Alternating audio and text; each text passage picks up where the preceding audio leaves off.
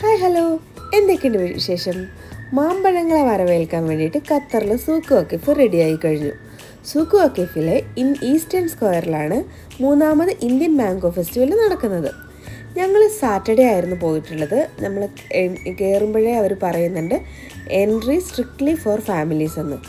അപ്പം ഏകദേശം ഒരു 4:30 കഴിഞ്ഞ് ഞങ്ങളവിടെ എത്തിയപ്പം ഈ തിരക്കൊക്കെ സ്റ്റാർട്ട് ചെയ്യുന്നതേ ഉള്ളൂ. ഞങ്ങൾ കിട്ടിയ ചാൻസിന് കുറച്ച് ഫോട്ടോസൊക്കെ എടുത്തു.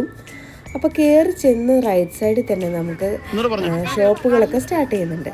അപ്പോൾ എന്തായാലും തുടക്കം നമ്മളിങ്ങനെ കണ്ടുകൊണ്ടിരിക്കുമല്ലേ, അപ്പോൾ ഒരു ഐസ്ക്രീം കഴിച്ചിട്ടാകാമെന്ന് വിചാരിച്ചു. ഞങ്ങളിവിടുന്ന് ഓരോ മാംഗോ ഐസ്ക്രീം തന്നെ വാങ്ങി. മാമ്പഴ ഫെസ്റ്റിവലിന് പോയാൽ പിന്നെ എല്ലാ വിഭവങ്ങളും മാംഗോ കൊണ്ടുള്ളത് മാത്രം ആയിരിക്കും കൂടുതലും. അങ്ങനെ ഞങ്ങൾ ഈ മേടിച്ച സ്കൂപ്പ് ഐസ്ക്രീമിന് 3 റിയാലായിരുന്നു. അവിടെ നിന്ന് ഇങ്ങനെ ഓരോ ഐസ്ക്രീമും കഴിച്ച് ഞങ്ങളിങ്ങനെ സ്റ്റാർട്ട് ചെയ്തു. ഇത്രയും വെറൈറ്റി മാമ്പഴങ്ങളെ അടുത്ത് കാണുന്നത് ആദ്യമായിട്ടാണ്. ഇതിന് മുൻപ് ഇവിടെ മാംഗോ ഫെസ്റ്റിവൽ നടന്നിട്ടുണ്ടെങ്കിലും ഞങ്ങൾ ഫസ്റ്റ് ടൈമാണ് മാംഗോ ഫെസ്റ്റിവൽ വിസിറ്റ് ചെയ്യുന്നത്.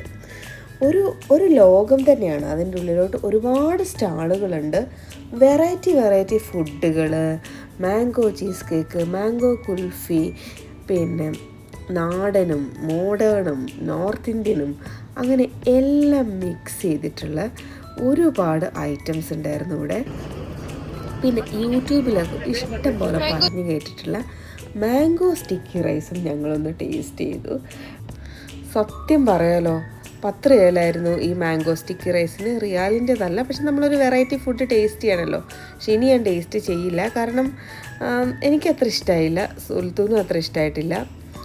പിന്നെ ഓരോ ഏരിയയിലും ചെല്ലുമ്പോൾ ഓരോ വെറൈറ്റി ഐറ്റമാണ്. ഇവിടെ ഇപ്പോൾ അവർ പറയുന്നത് മാംഗോ സൽസയെ കുറിച്ചാണ്. Mango chicken stick. പിന്നെ നടത്തത്തിൻ്റെ ഇടയിൽ ഓരോരോ സിപ്പപ്പും കൂടെ കഴിച്ചു. പിന്നെ ഒരുപാട് വെറൈറ്റീസൊക്കെ ഉണ്ടെങ്കിലും നമ്മളങ്ങനെ എല്ലാം പരീക്ഷിക്കാനൊരു നമ്മളത്ര ഓക്കെ അല്ല. അതുകൊണ്ട് കുറേയൊക്കെ കണ്ടു, പരീക്ഷിക്കാൻ പറ്റുന്നതൊക്കെ കഴിച്ചു. അങ്ങനെയൊക്കെ ആയിരുന്നു. പിന്നെ എനിക്ക് തോന്നിയൊരു കാര്യം, കമ്പാരിറ്റീവ്ലി ഇവിടെ റേറ്റ് കുറച്ച് കൂടുതലായിരുന്നു എന്ന് തോന്നുന്നു. നമ്മൾ സാധാരണ പുറത്തുനിന്ന് വാങ്ങുന്നതിനെക്കാട്ടിയും റേറ്റ് ഉണ്ടായിരുന്നു. പക്ഷേ നല്ല ഫ്രഷ് മാംഗോസാണ്. അപ്പം ആവശ്യമുള്ളവർക്ക് അതൊക്കെ എടുക്കാം. നല്ല വെറൈറ്റി നമ്മുടെ നാട്ടിലെ നാട്ടുമാങ്ങ എന്നൊക്കെ പറയില്ലേ, ആ ഒരു ടൈപ്പ് മാങ്ങ വരെ ഉണ്ടായിരുന്നു ഇവിടെ. പിന്നെതാ ഞങ്ങളൊരു പുളിയൻ മാങ്ങ ടേസ്റ്റ് ചെയ്യാണ്. ഹസ്ബൻഡിന് പുളിയൻ മാങ്ങ വേണമെന്ന് പറഞ്ഞിട്ട് ഒടുക്കത്തെ പുളിയായിരുന്നു. എൻ്റെ എക്സ്പ്രഷൻ കണ്ട എക്സൈറ്റ്മെൻറ്റിൽ സുൽത്തൂനും അതൊന്ന് ടേസ്റ്റ് ചെയ്യണമെന്ന് തോന്നി. അങ്ങനെ അവളും ആ പുളിച്ച മാങ്ങ എടുത്ത് ടേസ്റ്റ് ചെയ്യാണ്.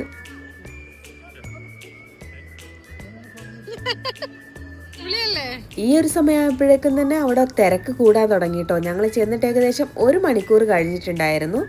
അപ്പോഴേക്കും ഇഷ്ടം പോലെ ആളുകൾ വരാൻ തുടങ്ങി. നമ്മൾ കറക്റ്റ് ആ ഒരു സ്റ്റാർട്ട് ചെയ്ത് കുറച്ച് കഴിഞ്ഞപ്പോൾ തന്നെ നമ്മൾ എത്തിയിട്ടുണ്ട്. അപ്പോൾ നമുക്ക് ആ നടക്കാനും ഒക്കെ വല്ലാത്തൊരു ബുദ്ധിമുട്ടില്ലായിരുന്നു. പക്ഷെ തിരിച്ചിറങ്ങിയപ്പോഴേക്കും നമ്മൾ ആളുകൾ തട്ടുന്ന രീതിക്കുള്ളൊരു തിരക്കായിരുന്നു കേട്ടോ. അപ്പോൾ നമ്മൾ എന്തായാലും പോയതല്ലേ, ഇത്ര വലിയൊരു മാംഗോ ഫെസ്റ്റിവലിന് പോയിട്ട് ഒരു 5-6 മാങ്ങയെങ്കിലും മേടിക്കാതിരുന്നാൽ എങ്ങനെയാണ്?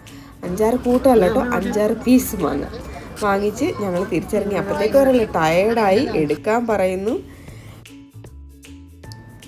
പിന്നെ ഓരോ ഐസ്ക്രീമും കൂടെ മേടിച്ച് ഞങ്ങൾ തിരിച്ച് വീട്ടിലോട്ട് പോവുകയാണ്. ജൂൺ 27 ആകുമ്പോഴേക്കും ഈ മാംഗോ ഫെസ്റ്റിവൽ എൻഡാകും. അപ്പോൾ അതിൻ്റെ ഇടയ്ക്ക് ഇനി ആർക്കെങ്കിലുമൊക്കെ മിസ്സായിട്ടുണ്ടെങ്കിൽ പോയി കണ്ടോളൂ. വീഡിയോ ഇഷ്ടമായിട്ടുണ്ടെങ്കിൽ ലൈക്ക് ചെയ്ത് സബ്സ്ക്രൈബ് ചെയ്ത് സപ്പോർട്ട് ചെയ്യാൻ മറക്കല്ലേ. അപ്പോൾ മറ്റൊരു വീഡിയോയിൽ കാണാം. താങ്ക്